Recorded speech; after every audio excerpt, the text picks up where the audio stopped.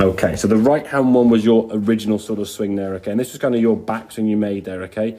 You can see here now, very, very locked with the arm. The club now is not even in view. The club shaft's probably pointing somewhere over here at the moment. And then as it starts moving back up, above your head, the hinge now, rather than coming in the wrist, is coming now in your left elbow. And that was your practice backswing, okay? Very, very collapsed.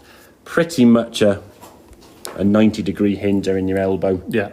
Which if your elbow, you think, starts at position to set up, fairly kind of extended, okay, and you put a hinge in there at 90 degrees, that's then going to unhinge into the golf ball.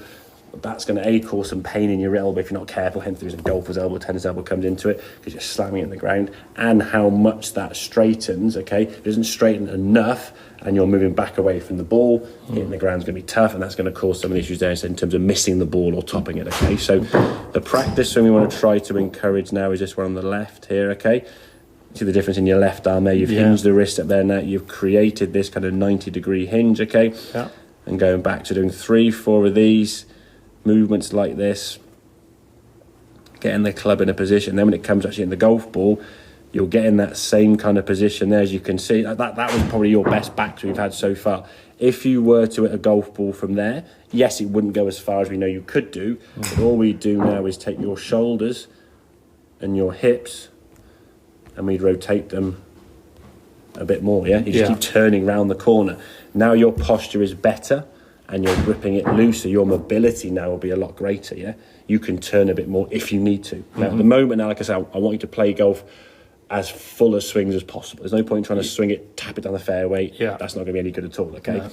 But when we're doing that, obviously, we need to be thinking about the actual shot itself. If we think this is sort of where the ball is hit from, you can be doing all your thinking kind of over here somewhere, off the golf ball, back at the tee.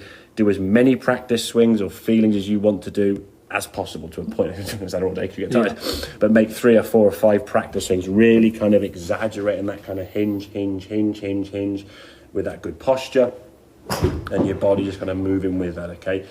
Then when it comes to actually stepping to the golf ball, you step to the golf ball, and your swing thought on that one of the best was loose, and then just swing it, yeah? Just hit it. Because what we'd hope is where before you got to kind of this backswing here, if we make a practice swing, and we're making practice swings here, okay, there'll be a little bit of a bend, but rather than having your arm here, okay, it'd probably be somewhere there. Yeah. Maybe a little bit more, maybe a little bit, but somewhere between the two, okay, as we're moving around. Yeah. So when it comes to actually hitting the golf ball, you're not actually thinking too much. No. Okay, you've got a specific thought of loose. I say when you play cricket, when the bowler's coming in there under mile an hour, you stand there, you can't go, right, okay, if he puts it down, I've got to place my... It's got to be see, read and react, okay? Yeah. But when before the ball there, you're getting your middle and leg, or they call it scraping the ground, and you're here now and you're checking the field. All this thinking in, okay, where's the foot? You're ready to go. Yeah. Bowler's coming in, okay, right. The second that ball's released, you just got to see it and hit it, yeah? And maybe sometimes you miss it or get nicked or whatever, or sometimes you get 4 runs or whatever. But the actual act of hitting the ball, it needs to be a clear head. So if your swing thought is just loose, brilliant, yeah? Because you just take away that pressure of squeezing and think that trying too hard. I must be good with this club and get very tense, okay? Yeah. You've done your practice swings. I mean, look, I don't know if you watch golf on TV, Jordan Spieth's got a bit of a sort of quirky move. A lot of pros have their own kind of unique pre-shot movements that are relevant to them that they will do to try to encourage the move they want to make in the golf swing, whether it be Alex Noren doing this, or Jimenez doing a big old loopy, or Spieth doing this kind of floppy arm, whatever. They've all got their own kind of tendencies. They just try to do the best they can before the shot, just to get them in the best possible situation to hit the golf ball the best they can, yeah?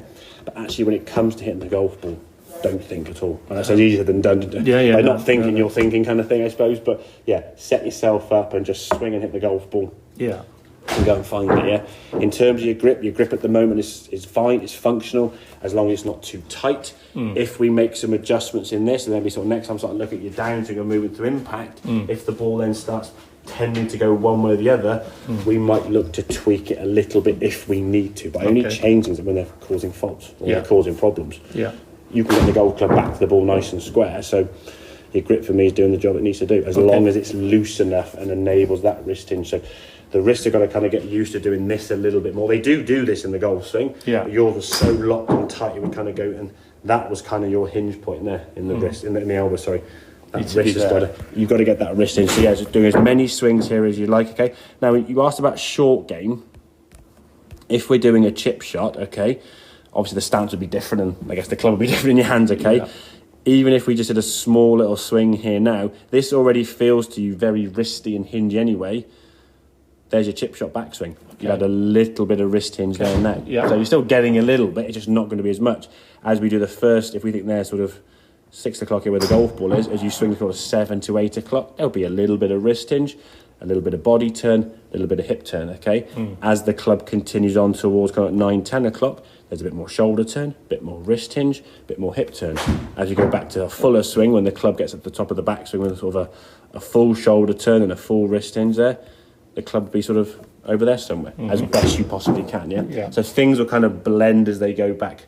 Same as like throwing a ball. When you throw a ball, there's a little throw, there's a little bit of wrist, and just this way. Yeah. If you're going for a big throw, you really sort of set that wrist back and snap it. You want club head speed, but done so in such a way that you're not trying to hit it hard and get too tense. No. You're creating that kind of efficiency. Okay. So you don't need to hit it hard, but you can swing the club fast, yeah? Yeah. Okay. Yeah. That kind of makes sense there, Richard, yeah? Brilliant, so some things to work on. Like I say, what I would suggest, and I encourage people to do this, okay, not just trying to be nice and don't think, oh, I don't want to pester you, okay? I'll show you some of my clients in the last few weeks, okay? Get yourself at home, put a camera on the table or something in front of you, and just make these backswings for a couple of minutes a day, film it and send it through to me and say, how's it looking? Okay. I don't want you going home to practice and then doing so much one way and doing it completely wrong. Right. And you're like, oh, good job there. Yeah. You go on the golf course on Saturday when you're next playing, it's an absolute, oh my God, what are we doing? Because you've done something really wrong. And literally within a minute or two of you texting back, I can probably reply and say, yes, good, bad, or hang on, be careful, do this. Or I could send a video back and say, right, not quite there, but maybe just work on X, Y, Z. So if you're going to do cameras at home, that's fine. Yeah. We can do that. Okie dokie. Brilliant. Good stuff.